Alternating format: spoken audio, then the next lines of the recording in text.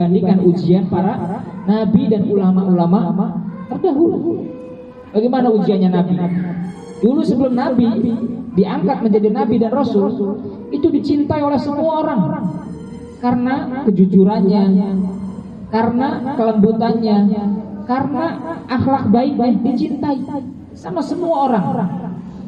Tetapi ketika beliau diangkat menjadi nabi, diangkat menjadi rasul, disuruh untuk mendakwakan tauhid, yang tadinya cinta ya menyiksa, ya, yang tadinya sayang meninggalkan, bahkan dijuluki orang gila, dijuluki tukang sihir, dilempari kotoran, dilempari batu, mau dibunuh.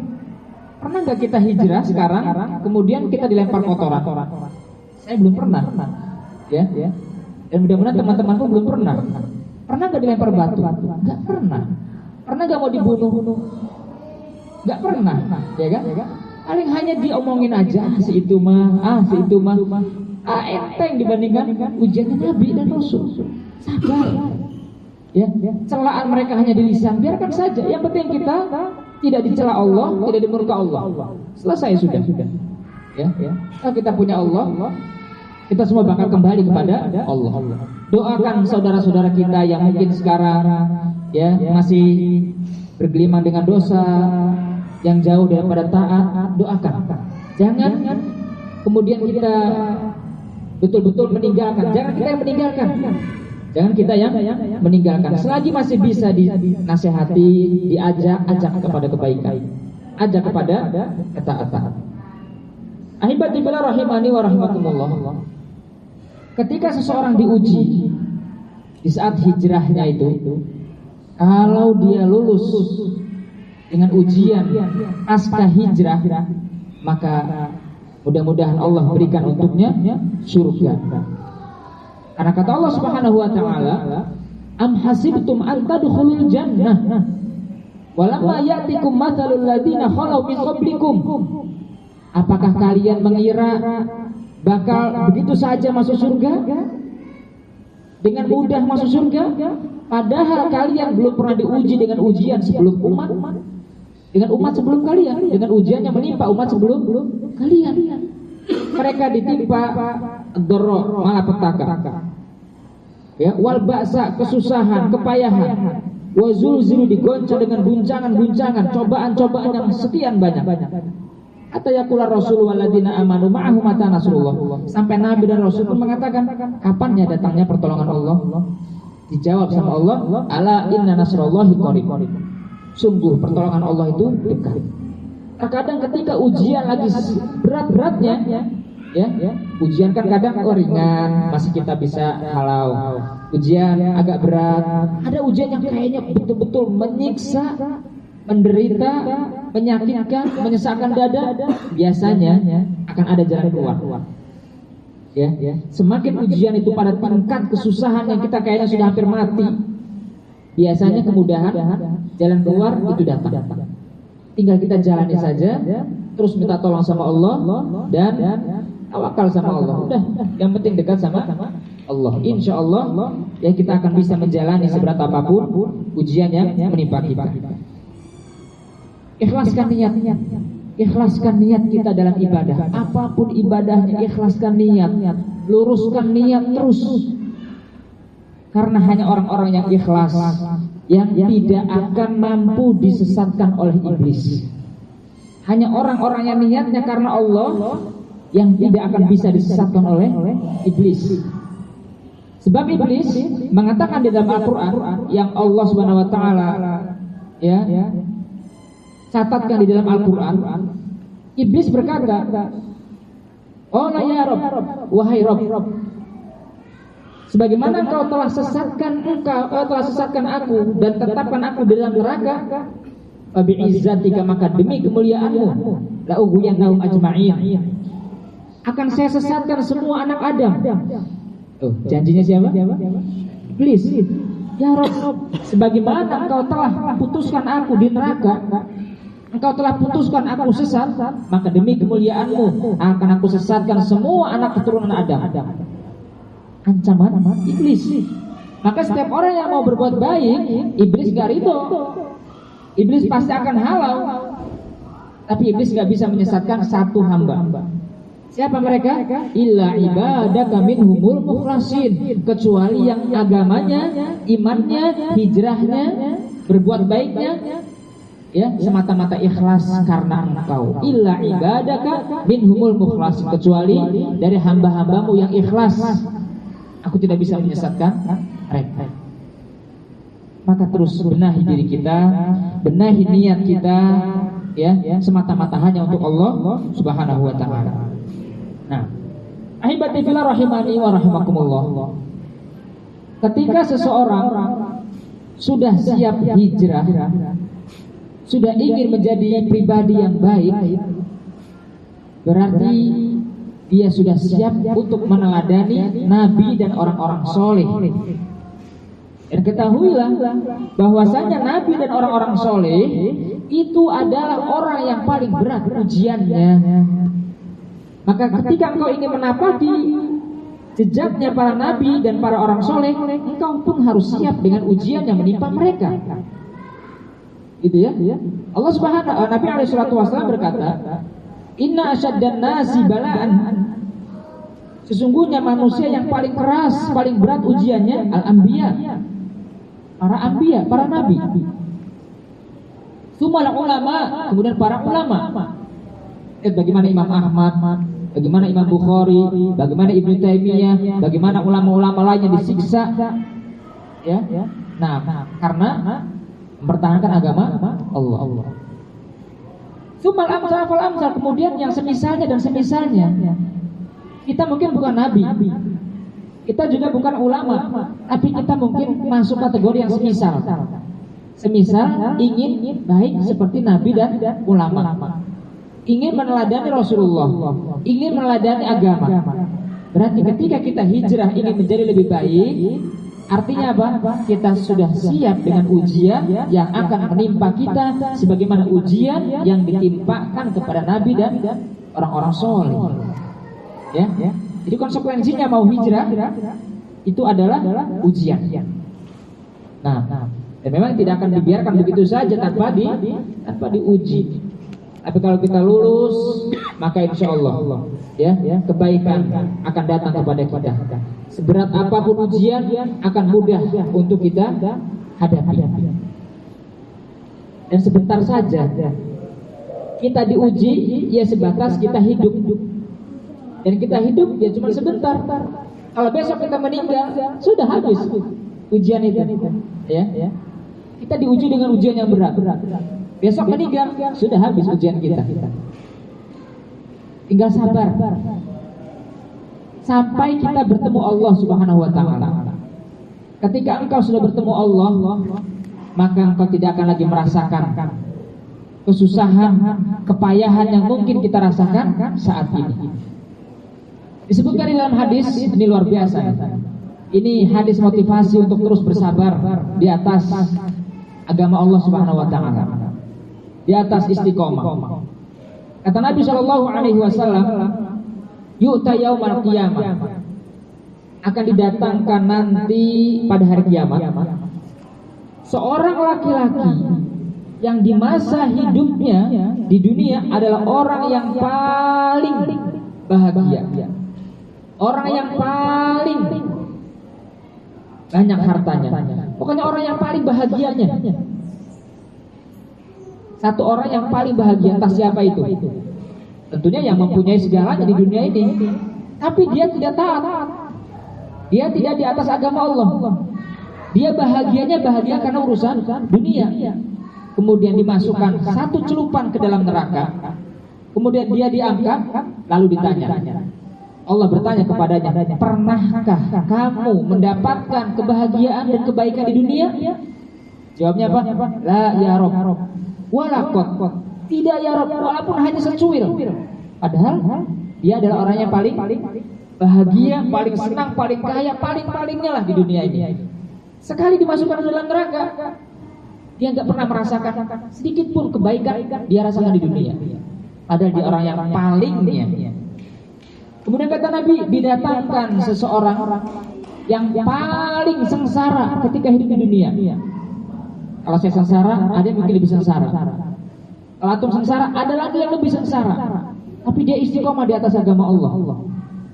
Kemudian dia dimasukkan ke dalam surga dan ditanya sama Allah, pernahkah kamu merasakan kesulitan, kepayahan, kesengsaraan ketika di dunia? La ya Rabb, wala qad. Tidak ya Rabb, walaupun hanya sedikit, tidak pernah saya merasakan kesusahan, kepayahan. Padahal dia orang yang paling sengsara ketika di dunia. Artinya apa? Sabar terus mohon istiqomah sama Allah. Dengan wafatnya kita akan Allah tampakkan balasan kebaikan di akhirat. Ini yang akan kamu dapatkan di surga nanti. Sudah lupa dengan kesengsaraan yang mungkin kita sengsara masalah ekonomi, ya sengsara dijauhi keluarga, ditinggalkan keluarga, sudah lupa. Cuma sebentar hidup di dunia, sabar istiqomah, minta tolong sama Allah. Ya.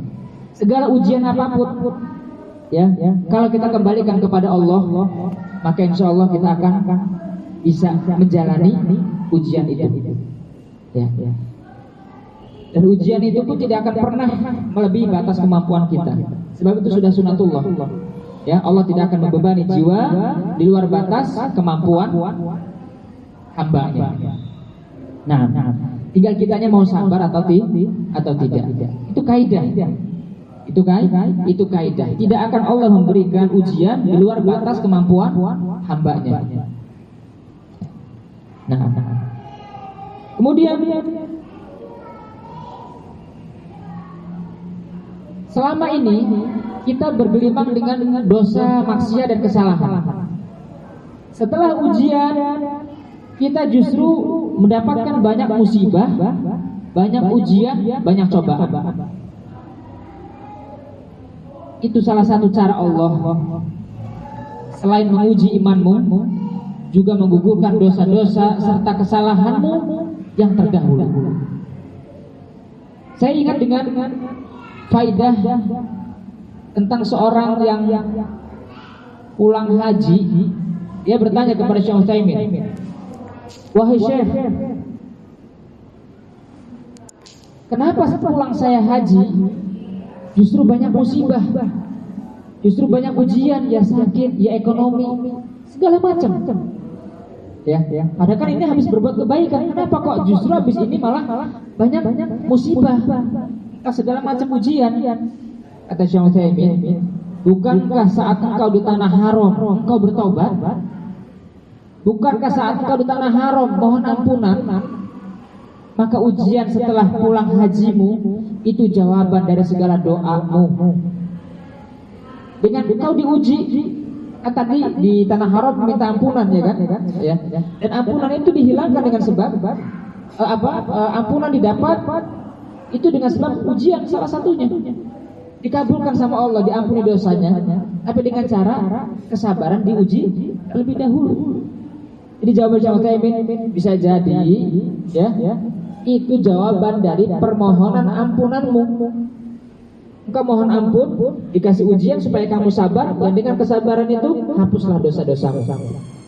Jadi kalau kita sekarang mau berubah jadi lebih baik, kemudian banyak musibah, banyak ujian, kita taubat dari dosa-dosa kita dahulu, dari maksiat-maksiat kita terdahulu, bisa jadi ujian yang saat ini sedang kita rasakan itu cara Allah untuk mengangkat derajat kita, untuk menghapuskan dosa-dosa kita di masa lalu. Husnudzonlah sama Allah, berprasangka baiklah sama Allah bahwa ujian ini salah satu bentuk cintanya Allah kepada kita.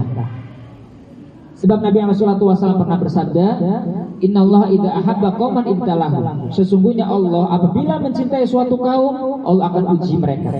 Allah akan uji mereka. Faman radiya falahu ridha. Siapa yang ridha dengan ujian, maka baginya keridhaan Allah. Faman sakhita falahu sakhot. Tapi siapa yang murka, tidak terima dengan ujian Allah, baginya kemurkaan Allah. Nah, ahibati fillah rahimani wa rahimakumullah. Nah, Nabi juga alaihi salatu wasallam pernah bersabda, "Ma aswaba min musibatin illa biidznillah." Siapa yang ditimpa dengan suatu musibah itu tidak lepas daripada kehendak dan izinnya Allah. Wa man yu'min billah, yahdi qalbah. Maka siapa yang beriman kepada Allah, beriman kepada takdir Allah, Allah sudah mentakdirkan saya seperti ini, ujian saya seperti ini, yahdi qalbah, Allah akan berikan petunjuk kepada hatinya. Wallahu bikulli syai'in alim, dan Allah Maha mengetahui segala sesuatu. Saya yakin ya teman-teman yang berusaha untuk istiqomah pasti banyak ujiannya, pasti banyak ujiannya. Tak lepas saya pun dulu ya banyak ujiannya. Ini saya sekedar cerita ya untuk menguatkan diri saya dan saudara-saudara sekalian, sabar di atas ujian Allah. Tahun 2009 saya ke Yaman, kemudian tahun 2011 ada perang, saya kembali ke Indonesia, nikah. Tahun 2011 balik lagi sama istri, baru dalam kondisi hamil 6 bulan, 5 bulan ya kalau tidak salah 5 bulan. Baru 4 bulan tinggal di Yaman, berarti kondisi kehamilan sudah 9 bulan. Lagi nunggu kelahiran anak, qadarullah keguguran. Anak yang sedang dikandung istri meninggal di dalam perut. Ujian di negeri orang, jauh dari orang tua, jauh dari kerabat, ya orang Indonesia hanya sedikit. Nah, ujian. Kemudian setahun berikutnya Allah kasih anak laki-laki. Saya kasih nama Arkan. Tahun 2014 kami pulang ke Indonesia di saat usianya setahun. Baru 4 bulan di Indonesia lagi, Allah uji lagi. Kami kecelakaan, anak yang kedua tadi meninggal. Ya. Qadarullah masyafa'ah, ujian. Ya. Artinya apa? Semua ya kita yang berusaha untuk istiqomah pasti ada ujian. Yang penting kita selalu minta tolong sama Allah agar dikuatkan, diistiqomahkan, dan tetap ya berteman dengan teman-teman yang baik, saling mengingatkan kita, saling menasihati kita, sehingga dengan demikian kita bisa terus istiqomah. Jangan tinggalkan teman-teman yang baik. Ya, kalau kita diingatkan, ditegur, dinasihati, terima saja. Ya, kalau diteman nasihati, terima saja. Mudah-mudahan ya itu jalan kebaikan buat kita. Ya. Walaupun terkadang orang nasihatinya ada yang lembut, ada yang kasar. Selama nasihatnya baik, terima nasihatnya dan maklumi ya kejahilan atau kekakuan teman yang menasihati kita tadi. Yang penting nasihatnya baik, jazakallahu khair. Nah, barakallahu fiikum. Nih, duhurnya semakin maju ya. Di sepertinya tidak sempat ngambil pembahasan fikih. Ya. Mudah-mudahan ya tausiah yang singkat tadi bisa menjadi sebab kita lebih istiqomah, lebih bersabar atas segala ujian, dan ya menjadi sebab kebaikan buat kita semua. Kurang lebihnya saya mohon maaf. Nah, untuk 11:42 menit. Kaum muslimin muslimat yang masih beraktivitas, yuk kita istirahat sejenak untuk keselamatan kita bersama. Yuk kita istirahat sejenak untuk segera melakukan cuci tangan pakai sabun. Jawabannya untuk segera panjang ini. Assalamualaikum Ustaz. Masih terdengar nggak? Masih. Untuk persiapan melaksanakan. Apakah orang yang sudah hijrah tetapi karakter atau sifatnya tidak berubah, apa bisa disebut sudah berhijrah? Ya, dia sudah hijrah tapi karakternya ya masih ada jelek-jeleknya. Apakah dibilang sudah hijrah? Hijrah itu kan cakupannya luas ya. Mungkin dia hijrah dari akidah, dari penyimpangan kepada tauhid, kepada sunnah, tapi mungkin hijrah dari sisi akhlak, karakter belum. Ya. Masih kita katakan hijrah. Cuman hijrahnya lagi proses. Hijrahnya lagi berproses. Ya tidak serta-merta ya kupu-kupu langsung jadi kupu-kupu, ya. Ada prosesnya. Jadi ulet, jadi kepompong, kemudian jadi apalagi ya jadi kupu-kupu. Demikian juga kita hijrah dulu mulai mungkin dari meninggalkan minuman keras, mulai dari istiqomah sholat, tapi yang lainnya masih belum, ya sabar, ya. Terus dikuatkan, terus diingatkan, terus diajak ke majelis ilmu, ya. Kita katakan dia sudah hijrah insya Allah, cuman belum maksimal, butuh dikuatkan, butuh dinasihati dan dirangkul kembali. Jangan kemudian kamu hijrah apa seperti itu, jangan, ya. Belum tentu nanti di akhir dia istiqomah atau yang mental, ya. Hidayah milik Allah. Nah, mohon nasihat agar kita bisa bersabar menjalani kehidupan dan istiqomah di jalan tauhid dan sunnah Nabi-Nya. Dan sekaligus bersabar menjalani kehidupan.